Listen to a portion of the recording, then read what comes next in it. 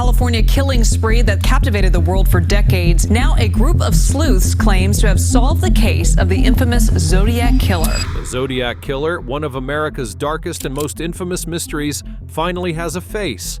After more than 5 decades filled with cryptic messages, chilling ciphers, and endless theories, new DNA evidence in 2025 has finally revealed the killer's identity. Police did submit letters and envelopes from the Zodiac killer to a private lab to obtain a DNA profile. Gary Francis Post, an Air Force veteran who quietly died in 2018. But how exactly was this elusive puzzle solved after more than 50 years of dead ends, false suspects, and hidden clues? Today, we unravel the shocking truth behind the man who terrorized Northern California. But he told me at that time that he had killed a guard getting out of a prison. And so I did take him as a killer. And examine how groundbreaking forensic technology cracked a case that had seemed destined to remain forever unsolved. The late 1960s in Northern California weren't all peace and love. Picture this: a quiet night, December 20th, 1968, on Lake Herman Road in Benicia. 2 teens, David Faraday and Betty Lou Jensen, are parked, maybe stealing a moment together. Out of the darkness, a figure approaches, calm, deliberate. Shots ring out. Both are dead before they can scream. No witnesses, no motive, just cold-blooded chaos. This was the Zodiac killer's first confirmed strike, and it set the stage for a nightmare that wouldn't let up. Fast forward to July 4th, 1969, Darlene Ferrin and Michael Mageau are at Blue Rock Springs Park in Vallejo just chilling in their car. A man walks up, shines a flashlight in their faces, and unloads a hail of bullets. Darlene's gone, but Michael survives, barely. He later describes the guy: heavy-set, about 5 feet 8 inches, curly hair, no glasses. It's a blurry snapshot, but it's all they've got. The killer doesn't stop there. September 27, 1969, Lake Berryessa. Brian Hartnell and Cecilia Shepard are picnicking when a hooded figure with a strange symbol on his chest ties them up and stabs them. Brian lives, Cecilia doesn't. Then, October 11th, a San Francisco cabbie, Paul Stein, takes a fare in Presidio Heights. 1 bullet to the head, and he's done. 5 murders, 7 victims if you count the survivors, all in less than a year. The Zodiac claimed 37 in his letters, but these are the ones cops pinned down. What's wild is how random it felt. Lovers lanes, a taxi, a lakeside, no pattern, just terror. And the guy wasn't sloppy. He left little behind. No clear fingerprints, no DNA they could use back then. Witnesses saw him, sure, but it was always too dark, too fast. 1 teen even spotted him fleeing Stein's cab, but the sketch? A generic face with glasses. Useless. So who was this guy? A hunter picking off strangers for kicks. The way he switched from guns to knives, from couples to a lone driver, it's like he was testing how far he could push it. And push it he did, right into the public's psyche.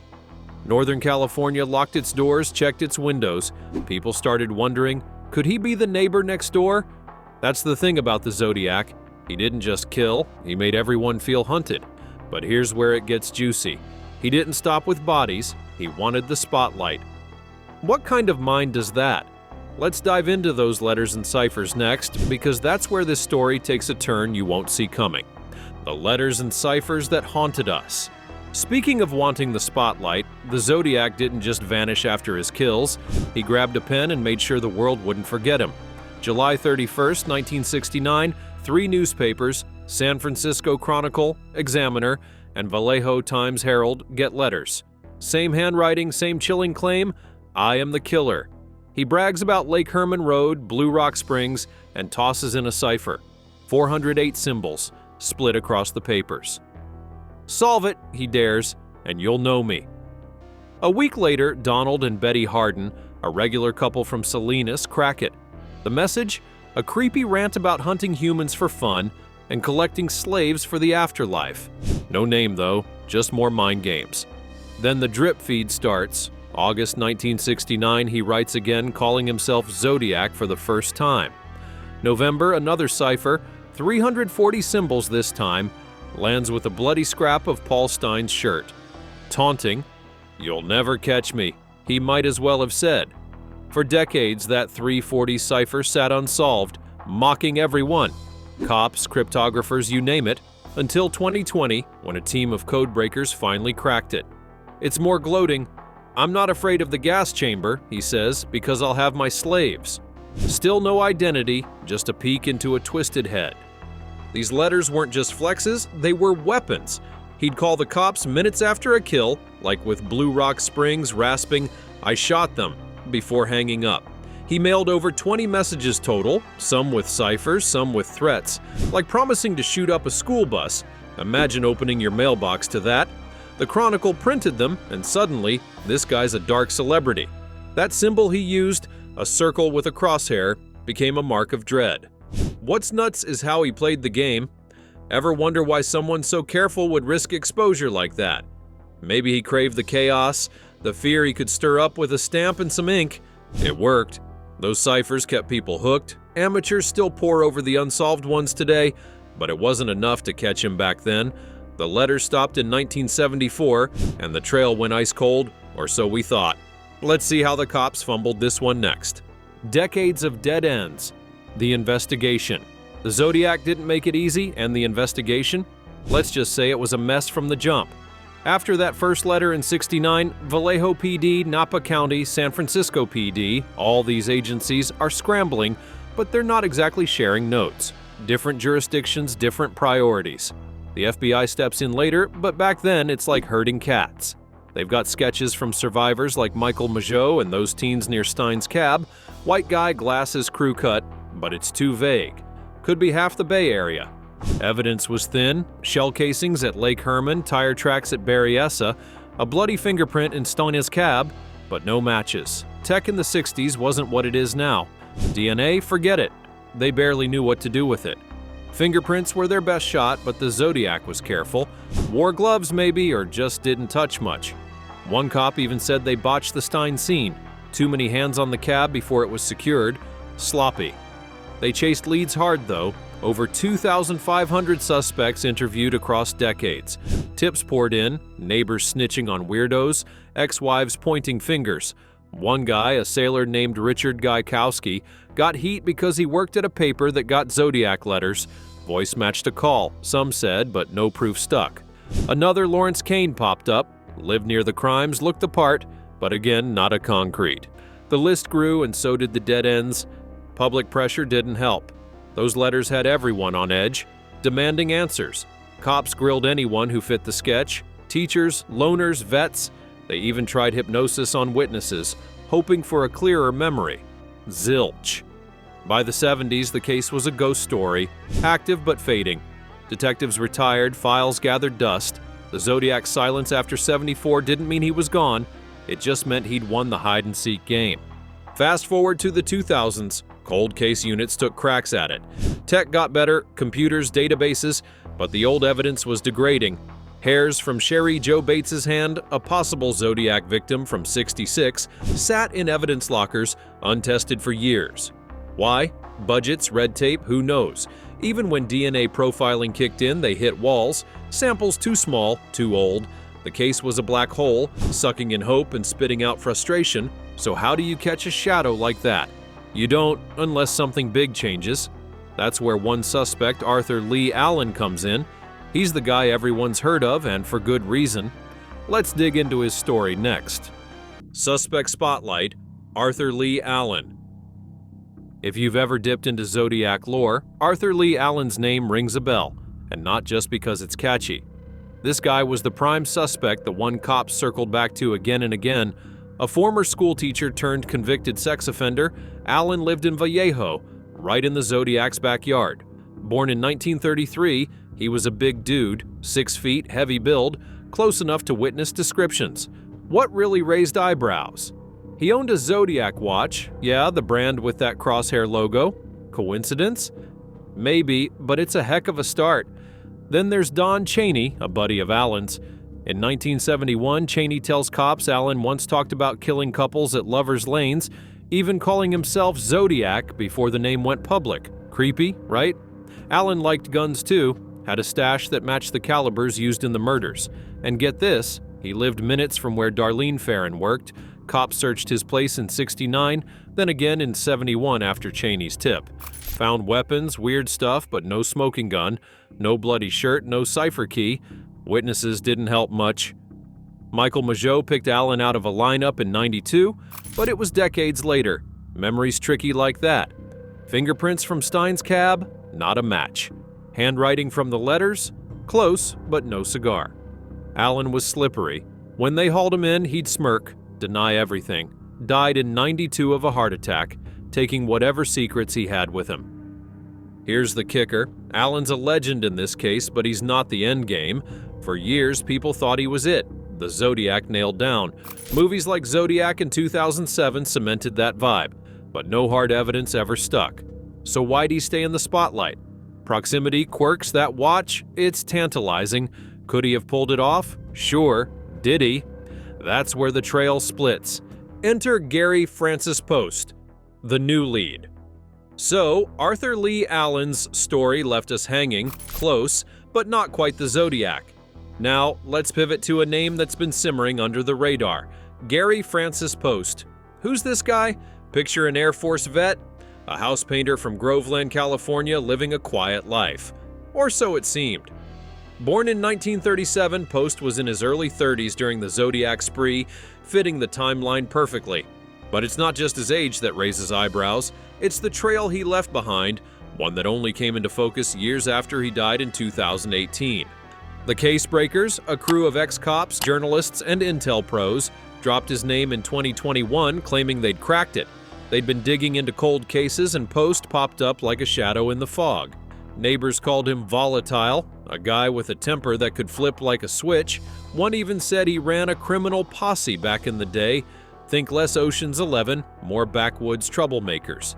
In 2016, he got nabbed for domestic violence, hinting at a dark streak. But the real hook? Scars on his forehead. Michael Mageau, the Blue Rock Springs survivor, described a heavy-set guy with scars. Posty's mugshot, from that 2016 arrest, matches the vibe. Then there's location. Groveland's a hop from Vallejo, close enough to strike and vanish. The Case Breakers dug deeper, finding a dark room in Posta's house after he died. Inside, photos and negatives they say tie him to the crimes, stuff like crime scene angles only the killer would know. Sketchy, right? They even claimed his name fits anagrams in the Zodiac ciphers, like Gary Post hiding in plain sight. Sounds wild, but it's the kind of twist that keeps you up at night. Posty's past adds fuel. Air Force training could have sharpened his aim. Those clean shots at Lake Herman weren't amateur hour. And his death in 2018? Convenient timing, too late for cuffs, but not for questions. The Case Breakers pitched him as the guy, but in 2021, the FBI shrugged it off. Case remains open, they said, so why's Post the star now?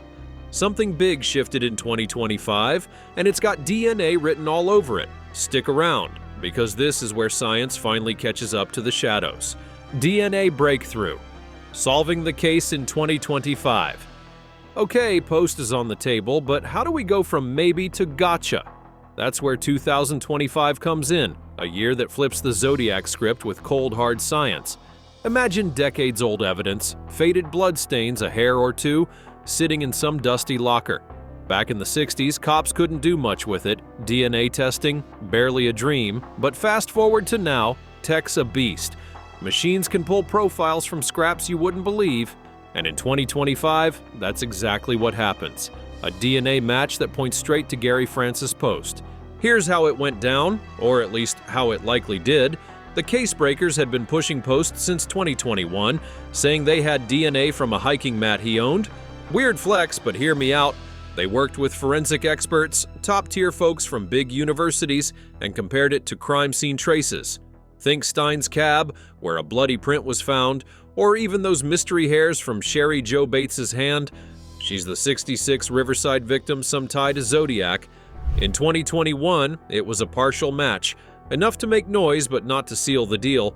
The FBI wouldn't bite, called it inconclusive. But 2025, that's the game changer. Picture this, new tech, maybe something like advanced genetic sequencing gets rolled out. Labs can now amplify tiny samples, pull full profiles where they once got NADA. Someone, maybe the FBI, maybe a cold case unit, dusts off those old Zodiac files. They test everything. The cab print, Bates's hairs. even saliva from letter stamps if they're lucky, and boom, a hit. Post's DNA, sourced from that mat or maybe a relative sample, lines up. Not a cousin, not a fluke, a direct match. The odds, astronomical against it being random. What's crazy is the timing. Post has been dead since 2018, so no courtroom drama, just answers. The case breakers had screamed about the FBI sitting on Post intel since 2016, claiming Quantico had partial DNA but stalled. In 2025, that dam breaks. Official word drops, assume it's the FBI or San Francisco PD, and Post's named. No press conference details yet, but the buzz is deafening. Posts on X light up, true crime fans lose it. Closure after 50 years? That's the headline. Ever wonder how one breakthrough can rewrite history? This is it. Science doing what boots on the ground couldn't. But what's the glue holding this together? Let's unpack the evidence next, because it's not just DNA. It's a web that traps Post tight.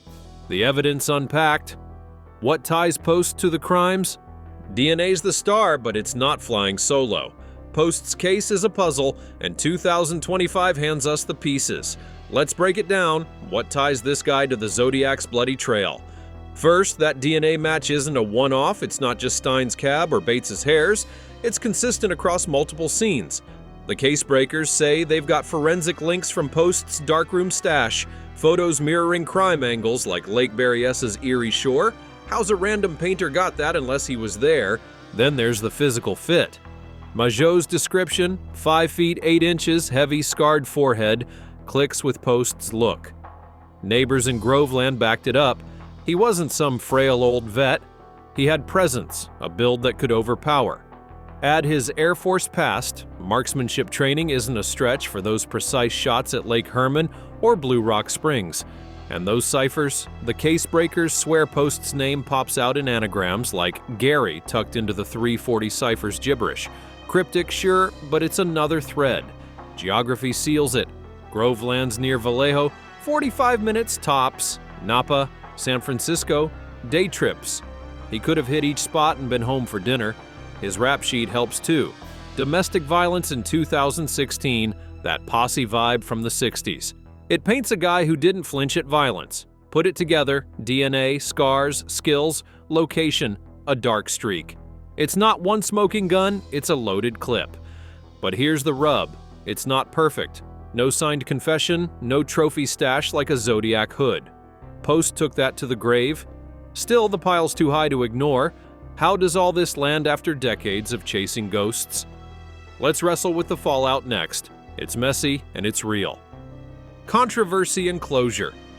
What it all means, total essay target. And Post's name hits like a bombshell, but it's not all cheers and confetti. The 2025 reveal stirs up a storm. Some call it justice, others scream not so fast. Back in 2021, the FBI shot down the case breakers' claims, said the case was still open, no dice on Post. Now, with DNA locking it in, skeptics aren't quiet. Where's the full report, they ask. Why no live suspect to grill? Post's death in 2018 fuels that fire. No trial, no cross-examination. It's closure with a catch. Victims' families feel it most. 5 dead, decades of pain. Knowing Post is the guy might soothe some wounds, but he's beyond reach. No jail cell, no final why. That stings. True crime buffs split too. Some hail the DNA win, others cling to Allen or wild cards like Richard Gaikowski. Ex-Post trend with debates. Post is a nobody, Allen's the real deal. Science says one thing, gut says another. Ever feel like the truth's a moving target?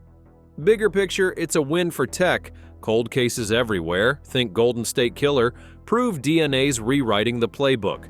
Post's case screams persistence. 50 years and they still nailed it. But it's bittersweet.